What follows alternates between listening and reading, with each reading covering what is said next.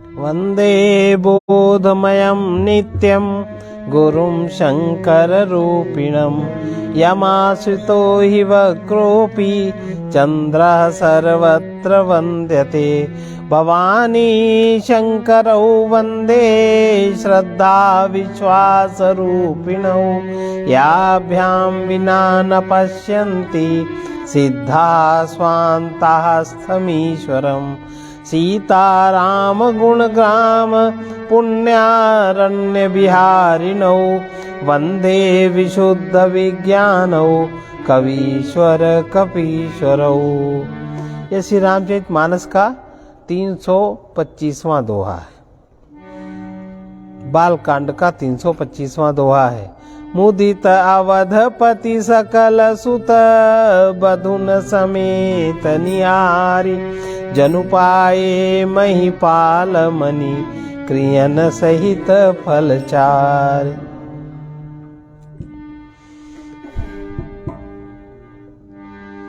जसि रघुबीर ब्याह विधि बरनी सकल कुंवर ब्याहे तहि करनी कहीं न जाई कछु दाई जबूरी रहा कनक मणि मंडप पूरी कंबल बसन विचित्र पटोरे भांति भांति बहु मोल न थोरे गजरथ तुरग दास अरुदासी धेनु अलंकृत काम दुहासी वस्तु अनेक कहिय कि मिलेखा कहीं न जाई जानहि जिन देखा लोकपाल अवलोकि सिहाने लीन अवधपति सब सुख माने दीन जाच कनि जो जेहि बावा उबरा सो जनवासे ही आवा तब कर जोरी जनक मृदुबानी बोले सब बरात सन्मानी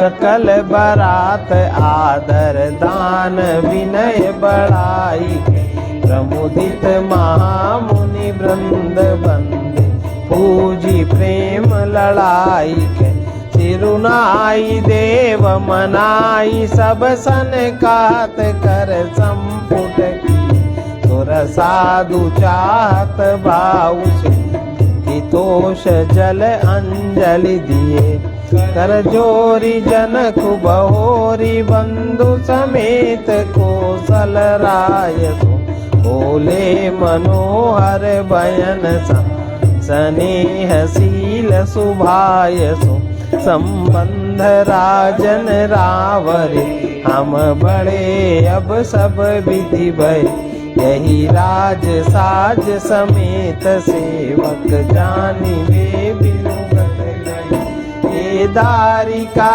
परिचारिका करि पाली भी करुणा नहीं अपराधु क्षमि भो बोली पटई बहुत हूँ ढीठो कही पुनि भानु कुल भूषण सकल सन्मान निधि समधी की कही जाति नहीं बिनती परस्पर प्रेम परिपूर्ण ही दार का गण सुमन बर सही राउ जनवासे चले जय धुनि वेद धुनि नभ नगर को सब सखी मंगल गान करत मुनीस आय सुपाई दूल्हा दुल्हन सहित सुंदर चली को वर ल्याई के पुनि पुनि राम ही चितव शिव सकुचति मनु सकुचैन हरत मनोहर मीन छवि प्रेम पियासे सब पुत्रों को बंधुओं सहित देखकर अवधेश नरेश दशरथ जी ऐसे आनंदित हैं मानो वे राजाओं की शिरोमणि क्रियाओं यज्ञ क्रिया श्राद्ध क्रिया योग क्रिया ज्ञान क्रिया 4 तरह की क्रियाएं होती हैं। सही चारों फल धर्म अर्थ काम मोक्ष पा गए हों। श्री रामचंद्र जी के विवाह की जैसी विधि वर्णन की गई उस रीति से सब राजकुमार विवाहे गए। दहेज की अधिकता कुछ कही नहीं जाती। सारा मंडप सोने और मणियों से भर गया। बहुत से कंबल, वस्त्र, भांति भांति के विचित्र रेशमी कपड़े जो थोड़ी कीमत के न थे बहुमूल्य थे, तथा हाथी, रथ, घोड़े, दास दासियां, गहनों से सजी हुई कामधेनु, सरीखी गायें, अनेकों वस्तुएं हैं जिनकी गिनती कैसे की जाए, उनका वर्णन नहीं किया जा सकता। जिन्होंने देखा वही जानते हैं। उन्हें देखकर लोकपाल भी सिहा गए। अवध राज दशरथ जी ने सुख मानकर प्रसन्न चित्त से सब कुछ ग्रहण किया। उन्होंने वो दहेज का सामान याचकों को जो जिसे अच्छा लगा दे दिया। जो बच रहा वो जनवासे में चला गया। तब जनक जी हाथ जोड़कर सारी बारात का सम्मान करते हुए कोमल वाणी से बोले, आदर, दान, विनय और बड़ाई के द्वारा सारी बारात का सम्मान कर राजा जनक ने महान आनंद के साथ प्रेम पूर्वक लाड़ करके मुनियों के समूह की पूजा एवं वंदना की। सिर नवाकर देवताओं को मनाकर राजा हाथ जोड़कर सबसे कहने लगे कि देवता साधु तो भाव ही चाहते हैं, वे प्रेम से ही प्रसन्न हो जाते हैं। उन पूर्ण काम महानुभावों को कोई तुच्छ वस्तु देकर कैसे संतुष्ट कर सकता है? क्या एक अंजलि जल देने से कहीं समुद्र संतुष्ट हो सकता है? फिर जनक जी भाई सहित हाथ जोड़कर कौशलाधीश दशरथ जी से स्नेहशील और सुंदर प्रेम से सान कर मनोहर वचन बोले, हे राजन, आपके साथ संबंध हो जाने से अब हम सब प्रकार से बड़े हो गए। इस राजपाट सहित हम दोनों को आप बिना दाम लिए कुछ सेवक ही समझिएगा। इन लड़कियों को टहलनी मानकर नई नई दया करके पालन कीजिएगा। मैंने बड़ी ढिठाई की कि आपको यहाँ बुला भेजा, अपराध क्षमा कीजिएगा। फिर सूर्यकुल के भूषण दशरथ जी ने समधी जनक जी को संपूर्ण सम्मान कर निधि कर दिया। इतना सम्मान किया कि वो सम्मान के भंडारी हो गए। उनकी परस्पर की विनय कही नहीं जाती। दोनों के हृदय प्रेम से परिपूर्ण है। देवतागण फूल बरसा रहे हैं। राजा जनवासे को चले। नगाड़े की ध्वनि, जय की ध्वनि, वेद की ध्वनि हो रही है। आकाश और नगर दोनों में खूब कौतूहल रहा, आनंद छा रहा। तब मुनीश्वर की आज्ञा पाकर सुंदरी सखियां मंगल गान करती हुई दुल्हनों सहित दूल्हों को लिवाकर कोहबर को चली। सीता जी बार बार राम जी को देखती हैं और सकुचा जाती हैं, पर उनका मन नहीं सकुचाता। प्रेम के प्यासे उनके नेत्र सुंदर मछलियों की छवि को हर रहे हैं। कोहबर माने क्या होता है? लोक रीत होती है, वर वधू की लोक रीत अंदर ले जाते हैं। अच्छा, अंदर जो पूजा घर में जाते हैं उसको कोहबर कहते हैं। हाँ। श्याम शरीर सुभाए सुहावन, शोभा कोटि मनोज लजावन, जावक जुत पद कमल सुहाए, मुनि मन मधुपराहत जिन छाए, पीत पुनीत मनोहर दोती, हरत बाल कामिनी ज्योति, कनकिन कटि सूत्र मनोहर, बाहु विशाल विभूषण सुंदर, पीत जनेऊ महाछवि देई, कर मुद्रिका चोरी चिकुलेई, सोहत ब्याह साज सब साजे, उर आयत उर भूषण साजे, पियर ऊपर नाका खासोती, दुआ चरनी लगे मणि मोती, नयन कमल कल कुंडल काना, बदनु सकल सौंदर्य सुंदर भ्रकुटि मनोहर नासा, बाल तिलक रुचिरता निवासा, सोहत मोर मनोहर माथे, मंगलमय मुकुट माथे, माथे महामणि मौन मंजुल अंग सचित चोरही, पुर नारी सुर सुंदरी, वरहि बिलोकी सब दिन तोरही, मणि बसन भूषण वारिया, करही मंगल गावही सुर सुमन सूत मागध बंदी सुजसु सुनावही को बरही आने कुंवर कुंवरी सुवासिनिन सुख पाई अति प्रीति लौकिक रीति लागी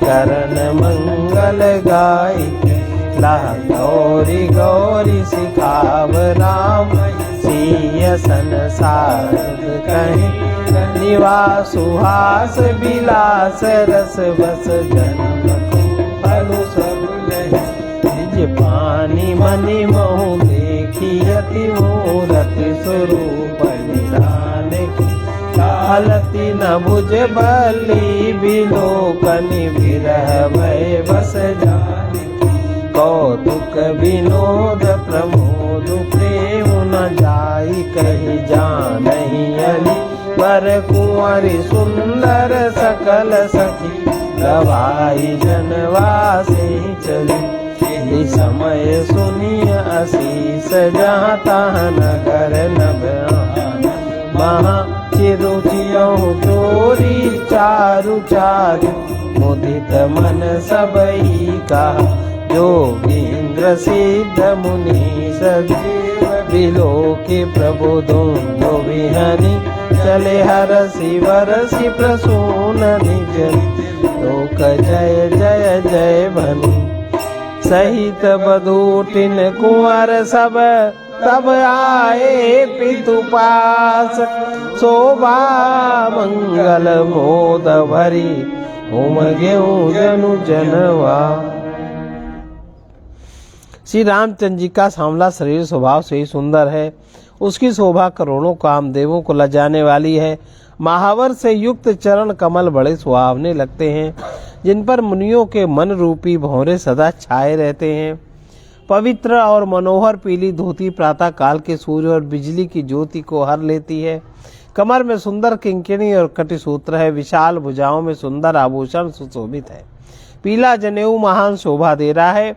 हाथ की अंगूठी चित्त को चुरा लेती है। ब्याह के सब साथ सजे हुए वे शोभा पा रहे हैं। चौड़ी छाती पर हृदय पर पहनने से सुंदर आभूषण सुशोभित है। पीला दुपट्टा जनेऊ की तरह सुशोभित है, जिसके दोनों छोरों पर मणि और मोती लगे हैं। कमल के समान सुंदर नेत्र हैं। कानों में सुंदर कुंडल है। मुख तो सारी सुंदरता का खजाना ही है। सुंदर भौवें मनोहर नासिका, ललाट पर तिलक तो सुंदरता का घर ही है, जिसमें मंगलमय मोती और मणि गुथे हुए हैं। ऐसा मनोहर मौर माथे पर शोभा पा रहा है। सुंदर मौर में बहुमूल्य मणियां गुथी हैं। सभी अंग चित्त को चुराए लेते हैं। सब नगर की स्त्रियां और देव सुंदरियां दूल्हा को देखकर तिनका तोड़ रही हैं और मणि वस्त्र तथा आभूषण निछावर करके आरती उतार रही हैं, मंगल गान कर रही हैं। देवता फूल बरसा रहे हैं। सूत मागध और भाट सुयस सुना रहे हैं। सुहागिनी स्त्रियां सुख पाकर कुंवर और कुमारियों को कोहबर कुल देवता के स्थान में लाई और अत्यंत प्रेम से मंगल गीत गा गा कर लौकिक रीति करने लगी। पार्वती जी श्री रामचंद्र जी को लहकौर वर वधू का परस्पर ग्रास देना सिखाती हैं और सरस्वती जी सीता जी को सिखाती हैं। रनिवास हास विलास के आनंद में मग्न है। श्री राम जी और सीता जी को देख देख कर सभी का जन्म परम फल प्राप्त कर रहा है। अपने हाथ की मड़ियों में सुंदर रूप के भंडार श्री रामचंद्र जी की परछाई दिख रही है। यह देखकर जानकी जी दर्शन के वियोग होने के भय से बाहुबल लता को और दष्ट को हिलाती डुलाती नहीं है। उस समय हंसी खेल और विनोद आनंद और प्रेम कहा नहीं जा सकता, उसे सखियां जानती हैं। तदंतर वर कन्याओं को सब सुंदर सखियां जनवासे को लिवा चली। उस समय नगर और आकाश में जहां सुनिए वहीं आशीर्वाद की ध्वनि सुनाई दे रही है। महान आनंद छा रहा है। सभी ने मन प्रसन्न करके कहा कि सुंदर चारों जोड़ियां चिरंजीवी हो। योगीराज सिद्ध मुनीश्वर देवताओं ने प्रभु श्री रामचंद्र जी को देखकर दुंदुभी बजाई। हर्षित होकर फूलों की वर्षा करते हुए जय हो जय हो जय हो कहते हुए अपने अपने लोक को सब चले गए। तब चारों कुमार वधुओं सहित पिताजी के पास आए। ऐसा मालूम होता था मानो शोभा मंगल आनंद से भरकर जनवासा उमड़ पड़ा हो। निज जीवनार भई बहु भांति, पठे जनक बुलाई बराती। परत पावणे बसन अनूपा, सुतन समेत गवन कियो भूपा। सादर सबके पाए पखारे, जथा जोग पीलन तोए जनक अवधपति चरना। सीलु स्नेहु जाई नहीं बरना, बहुरी राम पद पंकज धोए। जे हर हृदय कमल महु धोए।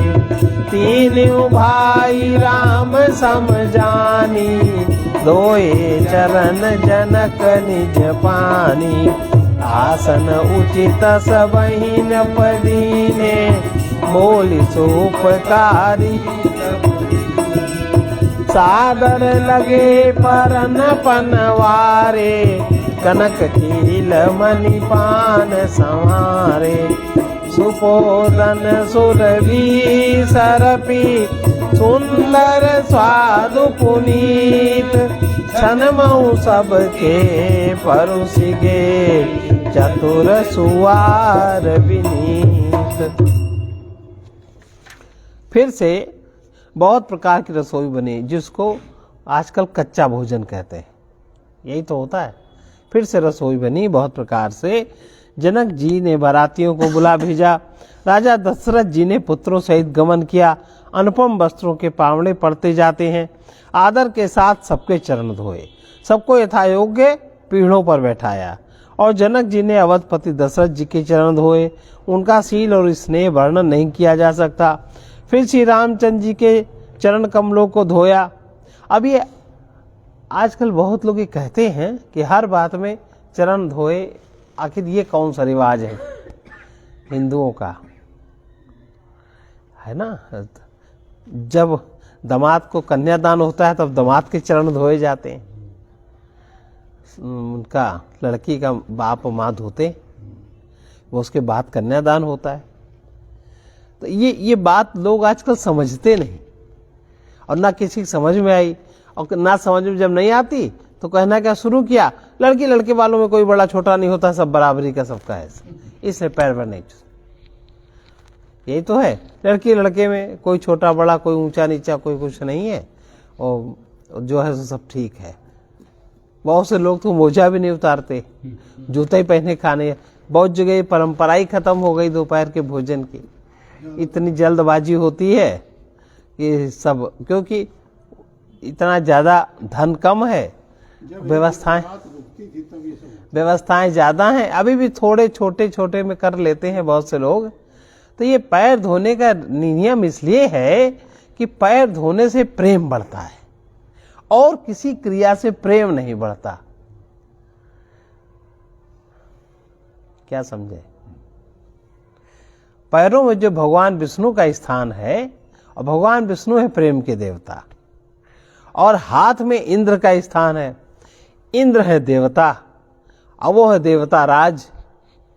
तो भगवान विष्णु की चरण में जब देवता होते हैं तो सब देवताओं के मन की पूरी होती है, उनको यथा योग्य भोग विलास मिलता है। इसलिए चरण धोने की परंपरा, बड़े की चरण धोने की परंपरा भारतवर्ष में है। अब भले कोई न जाने, अज्ञानवश कोई ये कह दे कि सब बराबर है, लेकिन सब बराबर थोड़ी ना होता है। एक जो व्यवस्था है, व्यवस्था में व्यवस्था चलती है। सब एक है तभी तो 10 है, 2 है तभी तो 20 है, नहीं तो ना हो। तो ये चरण धोने से, पैर धोने, अब जैसे दामाद आया दरवाजे पर, आप कन्यादान करने जा रहे हो, और कन्यादान करने में बाकी तो आपने बाहरी सब व्यवस्थाएं कर ली, धन की व्यवस्था कर ली, लेना देना तय कर लिया, सब कर लिया, स्वागत सत्कार सम्मान कर लिया। अब हृदय में, हृदय का द्वार कैसे खुले जिससे कि संबंध बने? और बिना हृदय का द्वार खुले जीवन का निर्वाह तो संभव नहीं है। अहंकार रहेगा तो जीवन का निर्वाह संभव नहीं है। और प्रेम जब होगा, प्रेम जब बढ़ेगा, तो प्रेम में सारे सद्गुण होते हैं, और अहंकार में सारे दुर्गुण होते हैं। यह है नियम कि नहीं?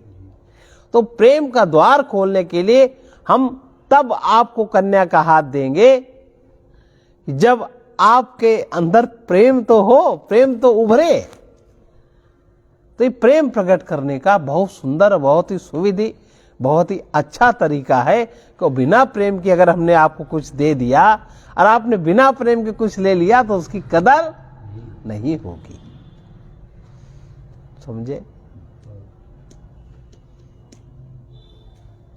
यह है कहानी वर के पैर धोने की, हृदय द्वार खोलने की। जैसे विभिन्न चक्र होते हैं, मूलाधार चक्र कैसे खुले, स्वादिष्ठान कैसे खुले, उसके ऊर्ध्वगत कैसे हो, मणिपुर के ऊर्ध्वगत कैसे हो, इसलिए हृदय में वो प्रेम द्वार कैसे खुले, प्रेम क्या होता है, उस तत्व को यथार्थ रूप से प्रकट करने के लिए बुद्धि में, पूरे शरीर में ये पैर धोने की ये विधि विधान, ये वैज्ञानिक तरीका है। नया नया व्यक्ति है, कैसे दे दी जाए कन्या। आजकल तो बड़ा एक अजीब फैशन है, गोद भराई में कहो सिंदूर उसके मांग में लगा दे। अजीब पागलपन औरतों का है। और जाने क्या क्या क्या क्या उसको दे दे। पहले से ही जब तक कोई चीज आपकी हुई नहीं तब तक आप उसको कैसे कुछ, प्रेम तो है ही नहीं। तो ये जो थोड़ा ना थोड़ा कहीं ना कहीं ये सब समाज में चीजें रंग रही हैं, थोड़े समय की हैं, आती चली जाती हैं। तो वही जनक जी फिर दशरथ जी के पैर धो रहे हैं। ये प्रेम की गहराई कैसे बढ़े, ये उसका तरीका है। और ये होना चाहिए, जरूर होना चाहिए। जैसे देखो, गुरु के पैर धोने का रिवाज है। अब पैर धोने का रिवाज समाप्त हुआ, इसीलिए श्रद्धा नहीं होती, सात्विक श्रद्धा नहीं होती। उसकी वजह है, अगर देखो, अगर कोई वाकई में संत महात्मा है, अगर आपने उसके चरण धो के जल रख लिया तो गंगा जल चाहे एक बार खराब हो जाए, पर किसी संत महात्मा के चरण का धुला हुआ जल खराब नहीं होता, उसमें कोई विकार नहीं आता। ये पहचान है। ये बात पता है आपको? वो इतना अंदर से, ये सब इतने पावन होते हैं जिनका अंतःकरण इतना शुद्ध हो गया, इतना पवित्र हो गया, जिसमें साक्षात आत्मा परमात्मा का वास प्रकट हो गया उनके शरीर पे। शरीर तक वो चेतना, आत्मा की चेतना आ गई, भाव चेतना नहीं रही, ज्ञान चेतना नहीं रही, अहंकार की चेतना नहीं रही, तो वो तो शरीर भी दिव्य होता है, अंतःकरण भी दिव्य होता है। तो उसके अगर आप चरण धोएंगे तो कैसे वो खराब होगा? ये है। तो ये सबके आदर के साथ सबके चरण धोए, यथा योग्य सबको पीढ़ों पर बिठाला। तब जनक जी ने अवधपति दशरथ जी के चरण धोए। उनका शील स्नेह वर्णन नहीं किया जा सकता। फिर रामचंद्र जी के चरण कमलों को धोया, क्रम से, पहले बड़ा फिर छोटा फिर छोटा। श्री शिव जी के हृदय कमल में जो चरण छिपे रहते हैं, तीनों भाइयों को श्री रामचंद्र जी के समान जानकर जनक जी ने उनके भी चरण अपने हाथों से धोए। राजा जनक जी ने सभी को यथाउचित आसन दिया और सब परोसने वालों को बुला लिया। आदर के साथ पत्तलें पड़ने लगी, जो मड़ियों के पत्तों से सोने की कील लगाकर बनाई गई थी। चतुर और विनीत रसोइये सुंदर। अच्छा, आजकल तो शादी ब्याहों में पत्तल का भोजन ही नहीं होता, तो आज कुकुर भोज होता है। खड़े खड़े जूठा एक दूसरे खाओ, चाहे कौन से जो है, सब गबड़ सबड़ रहता है मामला, उतना हिसाब नहीं रहता। और इसमें चतुर विनीत रसोइये सुंदर स्वादिष्ट पवित्र दाल भात और गाय का कच्चा भोजन है। सुगंधित घी क्षण भर में सबके सामने कच्चा भोजन परसा गया। पंचकमल कहि जीवन लागे, गारी गान सुनी अति अनुरागे, भांति अनेक परे पकवाने, सुधा सरिस नहीं जाहि बखाने, परुसन लगे सुआर सुजाना, व्यंजन विविध नाम को जाना, चारि भांति भोजन विधि गाई, एक एक विधि बरनि न जाई, छरस रुचिर व्यंजन बहु भांति, एक एक रस अगणित भांति, जेवत देहि मधुर धुनि गारी, लय लय नाम पुरुष अरु नारी, समय सुहावनि गारी बिराजा, हसत राउ सुन सहित समाजा, यही विधि सबहि भोजन कीना, आदर सहित आचमनु दीना, देह पाई पूजे जनक, दशरथ सहित समाज, जनवासे गवने मुदित, सकल भूप सिर ताज। चतुर और विनीत रसोइये, जो चतुर हैं अपने कार्य में और विनय वाले हैं, स्वादिष्ट और पवित्र दाल भात और गाय का सुगंधित घी क्षण भर में सबके सामने परोस गए। सब लोग पंचकौर करके, अर्थात जो ये क्या कहते हैं, नहीं पंचकौर वो है यज्ञ, जो 5 महायज्ञ होते हैं दिन में, उसमें जो ये भोजन संबंधी यज्ञ होता है, क्या इसको भी कल हम लोग इसकी चर्चा कर रहे थे, जो उसका जो आहुति दी जाती है अग्नि देवता को भोजन के प्रारंभ में, उसको कहते हैं 5 प्रकार से। कल इसके लिए बहुत विचित्र चर्चा हो रही थी कि कोई चूल्हे में डाल देता है, कोई कैसे दाड़ लेता है, कोई अपने भोजन से निकालता है, कोई इसको 5 बलि भी कहते हैं।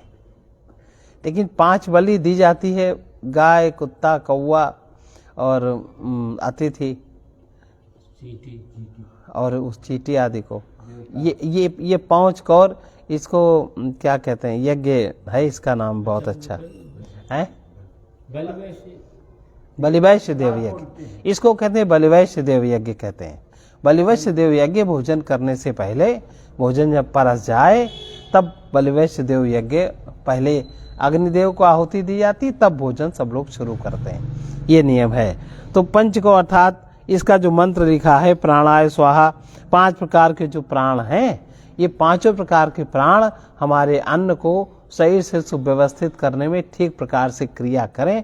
इसलिए हे अग्नि देवता, हम सूक्ष्म अग्नि जो जठराग्नि है, हम उसको तृप्त करने जा रहे हैं, इसलिए आप उसमें सहायता करें, उनको पहले दिया जाता है।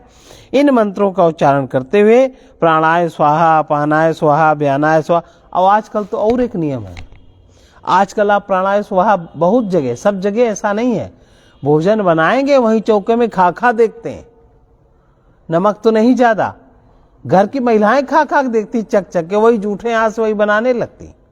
ये प्रथा है पंजाबियों की। अब जो तुमने पहले ही चख लिया, तुम उसमें प्राणाय स्वाहा, अपानाय स्वाहा करोगे, वो तो नहीं हो सकता। और अन्नपूर्णा देवी जी भी प्रसन्न होती हैं, तो ऐसी महिलाओं की बुद्धि जरूर खराब हो जाती है। अगर आप रसोई में भोजन पहले, इतना आपको अंदाज होना चाहिए, नहीं अंदाज है तो हो जाएगा, जैसा भी बना है पहले आप उसको अग्निदेव को समर्पित करें। फिर घर में जो प्राण सत्ता के लोग हैं, प्राण सत्ता माने पुरुष वर्ग, सबसे ज्येष्ठ उनको, फिर उसके बाद बच्चे, फिर उसके बाद जो महिला वर्ग है वो, ये क्रम है, ये नियम है। उनको आप भोजन करें, भोजन दें, और आपने पहले ही चाट के कहा नहीं इसलिए नहीं, इसलिए कि नमक ज्यादा, अरे नमक ज्यादा हो चाहे कम हो, ऐसे भी क्या स्वाद आ सकती। ये अन्नपूर्णा जी भी अप्रसन्न होती हैं, शंकर जी अप्रसन्न होते हैं, बुद्धि खराब हो जाती। लेकिन इतने ज्यादा स्वाद के ज्यादा, इतने ज्यादा भीरू लोग आजकल हो गए हैं कि वो बिना रसोई जूठी किए नहीं मानते। अब उसी रसोई में कोई तुम्हारा संत महात्मा आ जाए, वो तो नहीं खाएगा। अरे संत महात्मा फिर कैसा, अगर उसका कुछ पता न चले तो वो तुम्हारे 7 जन्म की पुरखों करनी जान लेंगे। अगर साधु महात्मा है तो वो तो जाने लेते हैं। तो ये इस तरह से प्राणाय स्वाहा, अपानाय स्वाहा, व्यानाय स्वाहा, उदानाय स्वाहा, समानाय स्वाहा, इन मंत्रों का उच्चारण करते हुए पहले 5 ग्रास लेकर भोजन करने लगे। गाली का गाना सुनकर वे अत्यंत प्रेम मग्न हो गए। गाली भी गाई जाती, गीत होते हैं अच्छे से। अनेकों तरह के अमृत के समान स्वादिष्ट पकवान परसे गए, जिनका बखान नहीं हो सकता। भाई राजा का घर है, कैसे बखान हो सकता है। चतुर रसोइये नाना प्रकार के व्यंजन परोसने लगे। उनका नाम कौन जानता है। चार प्रकार के भोजन हैं। चर्व्य, चोस से लेह, पेय अर्थात चबाकर, चूसकर, चाटकर, पीकर खाने वाले। भोजन की विधि कही गई है। उनमें से एक एक विधि के इतने पदार्थ बने हैं जिनका वर्णन नहीं किया जा सकता। 6 रसों के बहुत तरह के सुंदर स्वादिष्ट व्यंजन हैं। एक एक रस के अनगिनत प्रकार के बने हैं। भोजन करते समय पुरुष और स्त्रियों के नाम ले लेकर स्त्रियां मधुर ध्वनि से गाली गा रही। समय की अब पुरुष और स्त्रियों के नाम लेके, इसका मतलब ये ना समझाया कि वहां स्त्रियां बारात में आई हैं। पुरुष की स्त्रियों के नाम लेके जो लिस्ट होती है, स्त्री कोई नहीं बारात में गई। अब बारात में जाने का नियम भी नहीं है। अब जबरदस्ती जिद से चले जाओ एक अलग बात है, अपना बदन और साड़ी और कपड़े जेवर दिखाने वो एक अलग बात है, लेकिन जाने का नियम नहीं है। और उसमें जिस पुरुष की जो पत्नी है, पति पत्नी दोनों को गाली दे रही हैं। उसे सुनकर समाज सहित राजा दशरथ जी हंस रहे हैं। हंसी की बात ही सब हंसते हैं, भोजन सब देर तक करते हैं। आजकल जिन घरों में ये सिस्टम होता है, वो कहा आधा घंटा पौन घंटा भोजन वो 1.5 घंटा लगा दे करत रहता है, सुनते रहते हैं आराम से। इस रीति से सभी ने भोजन किया और तब सबको आदर सहित आचमन माने हाथ मुंह धोने के लिए जल दिया गया। सुन ले, तुम कह रही थी कल हम आचमन करते हैं। आचमन करोगे फिर सब प्रसाद खाएंगे, आचमन क्या हुआ।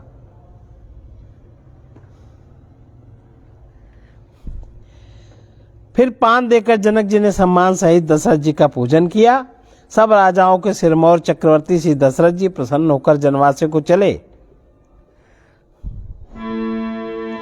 नित्य नूतन मंगल गुण निमिष सरिस दिन जामिनी जाही, बड़े भोर भूपति मनि जागे, जाचक गावन लागे, देखि कुंवर बर बंधु समेता, इमि कही जात मोदु मन जेता, प्रात क्रिया करी के गुरु पाही, महाप्रमोद प्रेम मन माही, करि प्रणाम पूजा कर जोरी, बोले गिरा अमिय जनु बोरी, तुम्हारी कृपा सुनऊ मुनि राजा, भयऊ आजू मैं पूरन काजा, अब सब विप्र बोलाई गोसाई, देहु धेनु सब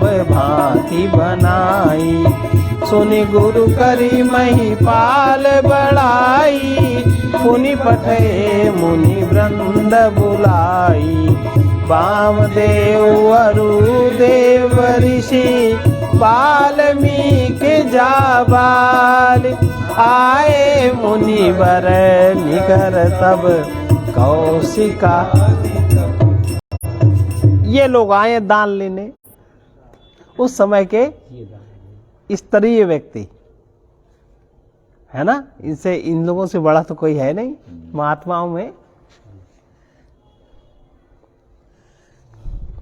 जनकपुर में नित्य नए मंगल हो रहे हैं, दिन और रात पल के समान बीत रहे हैं। बड़े सवेरे राजाओं के मुकुटमणि दशरथ जी जगे, याचक उनके गुण समूह का गान करने लगे। चारों कुमारों को सुंदर, देखो हमेशा कल एक बात बताई थी, न्यौछावर 4 लोगों को दी जाती है। नंबर 1 नाई, नंबर 2 बारी, नंबर 3 भांड और नंबर 4 नट। नटों में आजकल हिजड़ों की भी गिनती नटों में ही होती है, वो विविध प्रकार के स्वांग रचते हैं तो हिजड़े माने जाते हैं। 4 को न्यौछावर दी जाती, और अगर ये चौथा नहीं हमेशा है तो पूजा उजा का सामान दिया जाता है माली को। पूजा का सामान जो चाहा जाता है वो पंडित जी को नहीं दिया जाता, माली को दिया जाता है।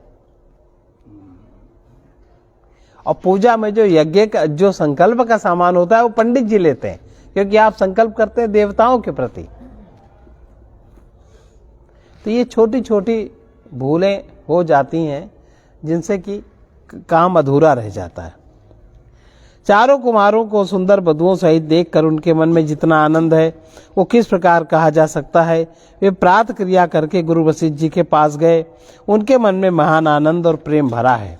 राजा प्रणाम और पूजन करके बोले, फिर हाथ जोड़कर मानो अमृत में डुबोई हुई वाणी बोले, हे मुनिराज सुनिए, आपकी कृपा से आज मैं पूर्ण काम हो गया। हे स्वामिन, अब सब ब्राह्मणों को बुलाकर उनको सब तरह के गहनों कपड़ों से सजी हुई गायें दीजिए।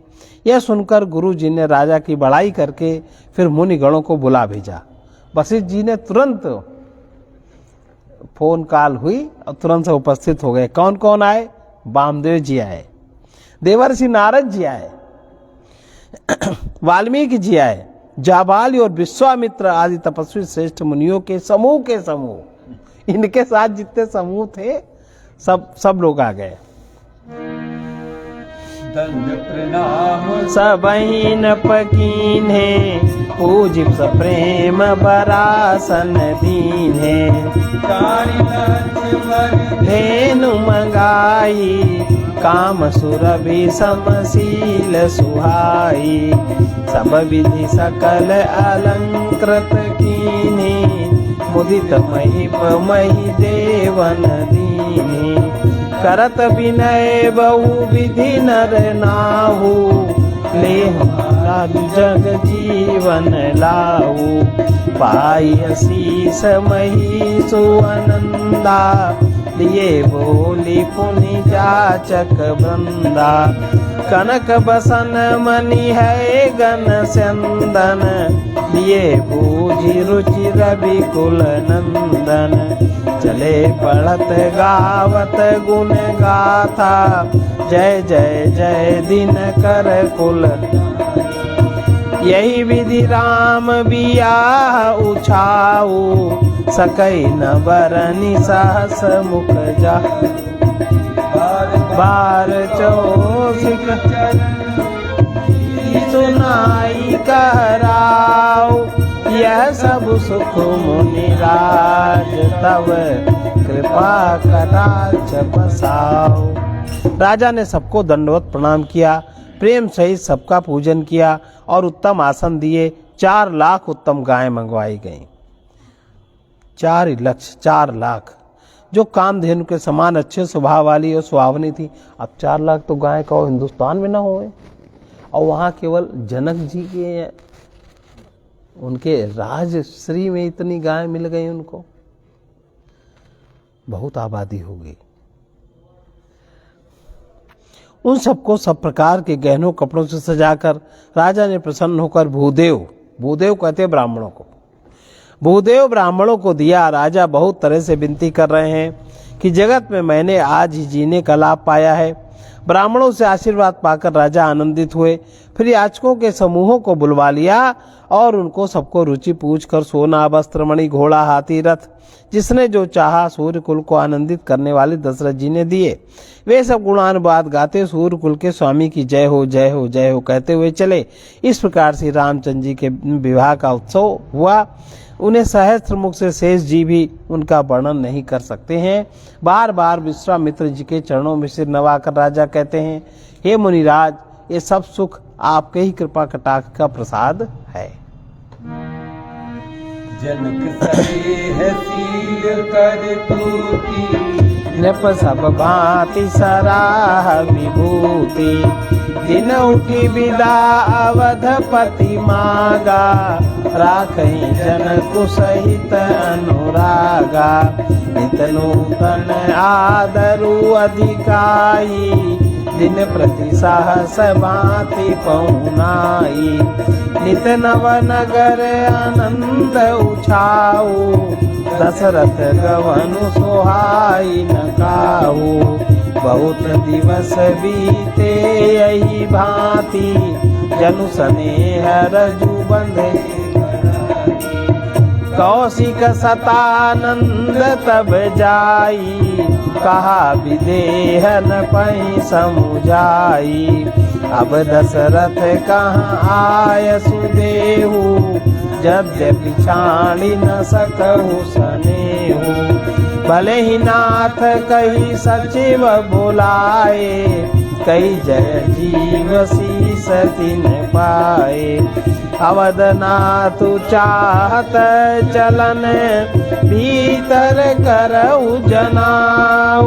भय प्रेम बस सचिव सुनी, विप्र सभा सदराऊ। राजा दशरथ जी जनक जी के स्नेहशील करनी और ऐश्वर्यादि की सब प्रकार से सराहना करते हुए प्रतिदिन सवेरे उठकर अयोध्या नरेश विदा मांगते हैं, पर जनक जी उन्हें प्रेम से रख लेते हैं। आदर नित्य नया बढ़ता जाता है। प्रतिदिन हजारों प्रकार के मेहमानी होती है। नगर में नित्य नया आनंद उत्साह रहता है। दशरथ जी का जाना किसी को नहीं सुहाता। इस प्रकार बहुत दिन बीत गए, मानो बाराती स्नेह की रस्सी से बंध गए। तब विश्वामित्र जी और सतानंद जी ने जाकर राजा जनक को समझा कर कहा, यद्यपि आप स्नेह वश उन्हें नहीं छोड़ सकते, तो भी अब दशरथ जी को आज्ञा दीजिए। हे नाथ, बहुत अच्छा। ऐसा कहकर जनक जी ने मंत्रियों को बुलवाया। वे आए और जय जीव कहकर उन्होंने मस्तक नवाया। अयोध्यानाथ चलना चाहते हैं। जनक जी ने कहा, अयोध्यानाथ चलना चाहते हैं, भीतर निवास में खबर दे दो। ये सुनकर मंत्री, ब्राह्मण, सभासद राजा जनक भी प्रेम के वश हो गए। पूर्वासी सुनी चली बराता, पूजत विकल परस्पर बाता। सत्य गवनु सुनी सब बिलखाने, मनऊ सांझ सरसिज अकुलाने। जहाँ जहाँ बराती, तहाँ तहाँ सीध चला बहु भांति। विविध भांति मेवा पकवाना, भोजन साजु न जाई बखाना। भरी भरी बसा पार कहारा, पठई जनक अनेक सुसारा। तुरग लाख रथ साहस पचीसा, सकल समारे नख मत साहस 10 सिंदूर राजे। जिनहि देखी ऋषि कुंजर लाजे। कनक बसन मणि भरी भरी जाना, महिषी धेनु वस्तु निधि। दाइज अमित ना सकिय कही, दीन विदेह बहोरी। जो अवलोकत लोकपति, लोक संपदा थोर। इस प्रकार जब जनकपुर वासियों ने सुना बारात जाएगी, तब वो व्याकुल होकर एक दूसरे से बात पूछने लगे। जाना सत्य है, यह सुनकर सब ऐसे उदास हो गए मानो संध्या के समय कमल सकुचा गए हों। आते समय जहाँ जहाँ बाराती ठहरे थे, वहाँ वहाँ बहुत प्रकार का सीधा रसोई का सामान भेजा गया। अनेकों प्रकार के मेवे, पकवान, भोजन की सामग्री जो बखानी नहीं जा सकती, अनगिनत बैलों और कारों पर भर भर कर भेजी गई। साथ ही जनक जी ने अनेकों सुंदर शैयाएं भेजी। 1 लाख घोड़े, 25,000 रथ, सब नख से शिख तक सजे हुए थे। 10,000 सजे हुए मतवाले हाथी, जिन्हें देखकर दिशाओं के हाथी भी लजा जाएं। गाड़ियों में भर भर कर सोना, वस्त्र और रत्न और भैंस, गाय और भी नाना प्रकार की उनको चीजें दी गईं। इस प्रकार जनक जी ने फिर से अपरिमित दहेज दिया, जो कहा नहीं जा। जब बारात आ रही थी तब सब इसी तरह की व्यवस्था थी, अब जा रही है तो जिसे कहा नहीं जा सकता, जिसे देखकर लोकपाल के लोगों की संपदा भी थोड़ी जान पड़ती है। सब समाज यही भांति बनाई, जनक अवधपुर दीन पठाई। चली बारात सुनत सब रानी, बिकल मीन गन जनु लगो पानी। पुनि पुनि सिय गोद करि लेहि, देहि शीस सिखावनु देहि। होयउ संतत पियहि पियारी, चित वही बात असीस हमारी। सास ससुर गुरु सेवा करेहु, पति रुख लखिया यसु अनुसरेहु। अति स्नेह बस सखी सयानी, नारी धर्म सिखवहि मृदुबानी। सादर सकल कुंवरी समुझाई, प्राण बार बार उरलाई। बहुरी बहुरी भेट ही महतारी, कहीं बिरंची रची कत नारी। ते अवसर भाई न सहित, राम भानुकुल के तू। चले जनक मंदिर मुदित, विदा करावन हेतु। इस प्रकार सब सामान सजाकर राजा जनक ने अयोध्यापुरी पहले ही भेज दिया। बारात चलेगी यह सुनते ही सब रानियां ऐसी विकल हो गईं, मानो थोड़े जल में मछलियां छटपटा रही हों। वे बार बार सीता जी को गोद लेती हैं, आशीर्वाद देकर सिखावन देती हैं। तुम सदा अपने पति की प्यारी हो, तुम्हारा सुहाग अचल हो, हमारा यही आशीष है। सास ससुर गुरु की सेवा करना, पति का रुख देख कर उनकी आज्ञा पालन करना। सयानी सखियां अत्यंत स्नेह के वश कोमल वाणी से स्त्रियों का धर्म सिखा रही हैं। आदर के साथ सब पुत्रियों को स्त्रियों का धर्म समझाकर रानी ने बार बार उन्हें हृदय से लगाया। माताएं फिर भेंटती कहती हैं कि ब्रह्मा जी ने स्त्री जाति को क्यों रचा। उसी समय सूर्यवंश के पताका स्वरूप श्री रामचंद्र जी भाइयों सहित प्रसन्न होकर विदा कराने के लिए जनक जी के महल में को चले।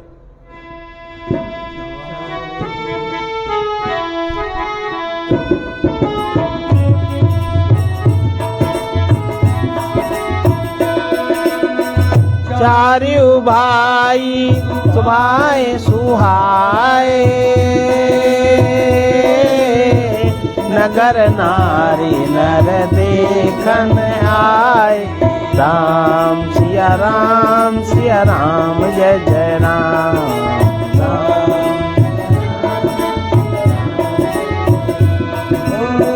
को कह चलत चाहत अभी आजू, कीन विदेह विदा कर साजू। राम सिया राम जय राम सिया राम। देहु नयन भरी रूप निहारी, प्रिय पाहुने भूप सुत चारी। राम सिया राम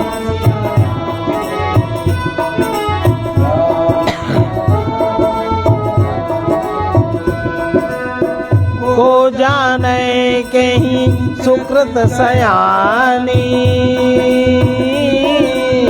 नयन अतिथि कीने विधियानी।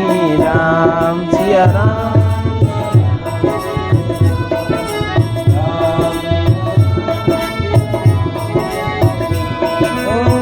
मरणशीलो जिमि पाव पीयूषा, सुरत रुलह जन्म कर भूखा। राम सिया राम जय जय राम।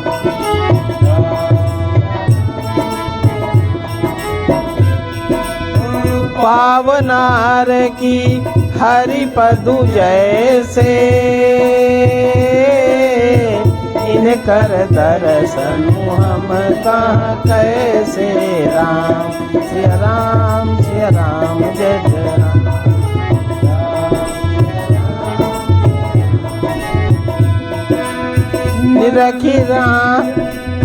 निरखी राम शोभा उर धरहु, निज मन कनि मूरति मनियरहु। राम सिया राम जय जय राम। राम सिया राम जय जय राम। यही विधि सबहि नयन फलु देता, गए कुंवर सब राजनिकेता। राम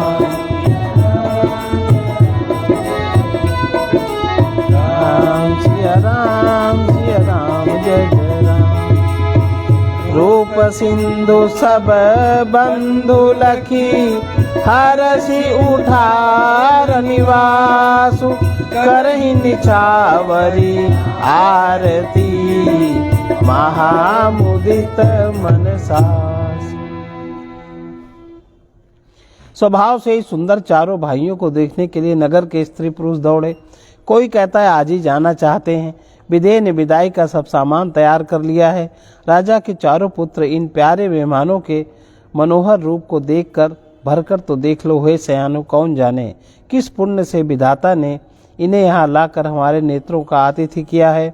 मरने वाला जिस तरह अमृत पा जाए, जन्म का भूखा कल्प वृक्ष पा जाए, और नरक में रहने वाला या नरक के योग्य जीव जैसे भगवान के परम पद को पा जाए, हमारे लिए इनके दर्शन वैसे ही हैं।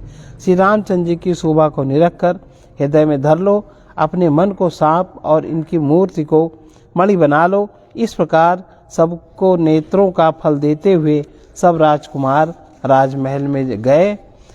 रूप के समुद्र सब भाइयों को देखकर सारा निवास हर्षित हो उठा। सासुएं महान प्रसन्न मन से निछावर और आरती कर रही हैं। बस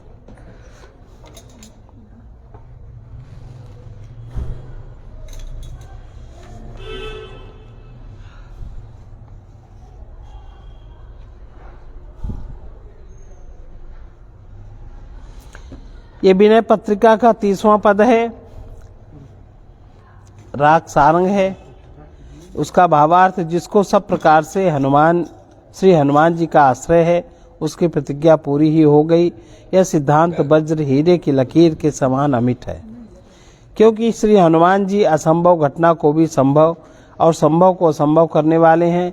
ऐसे यश का बाना दूसरे किसी का भी नहीं है। श्री हनुमान जी की आनंदमयी मूर्ति का स्मरण करते ही सारे संकट और शोक मिट जाते हैं। सब प्रकार के कल्याणों की खान श्री हनुमान की कृपा दृष्टि जिस पर है, हे तुलसीदास, उस पर पार्वती, शंकर, लक्ष्मण, श्री राम और जानकी जी की सदा कृपा बनी रहती है।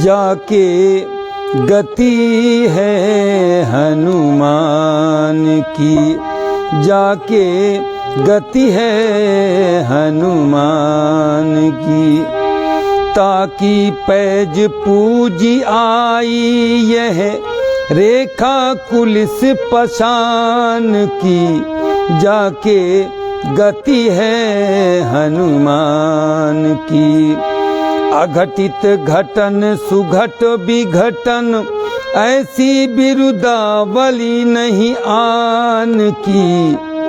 सुमिरत संकट सोच विमोचन, मूर्ति मोद निधान की। जाके गति है हनुमान की, जाके गति है हनुमान की। तापर सानुकूल गिरिजा, हर लखन राम अरुजान की। तुलसी कपि की कृपा बिलोकनी, खानी सकल कल्याण की। जाके गति है हनुमान की, जाके गति है हनुमान की। सर्वे भवन्तु सुखिनः सर्वे सन्तु निरामया सर्वे भद्राणि पश्यन्तु मा कश्चित् दुःखभाग् भवेत्। कृष्णाय वासुदेवाय हरे परमात्मने प्रणतक्लेशनाशाय गोविन्दाय नमो नमः।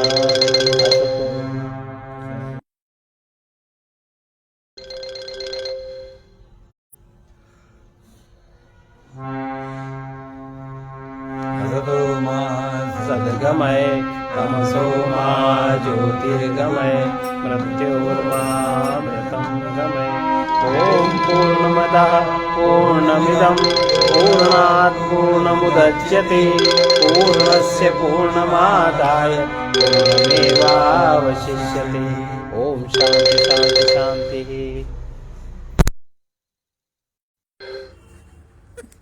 पता नहीं कैसा स्वभाव होता है कि एक बार जब पुल कट गया तो 2 सेकंड बाद मिलाना चाहिए।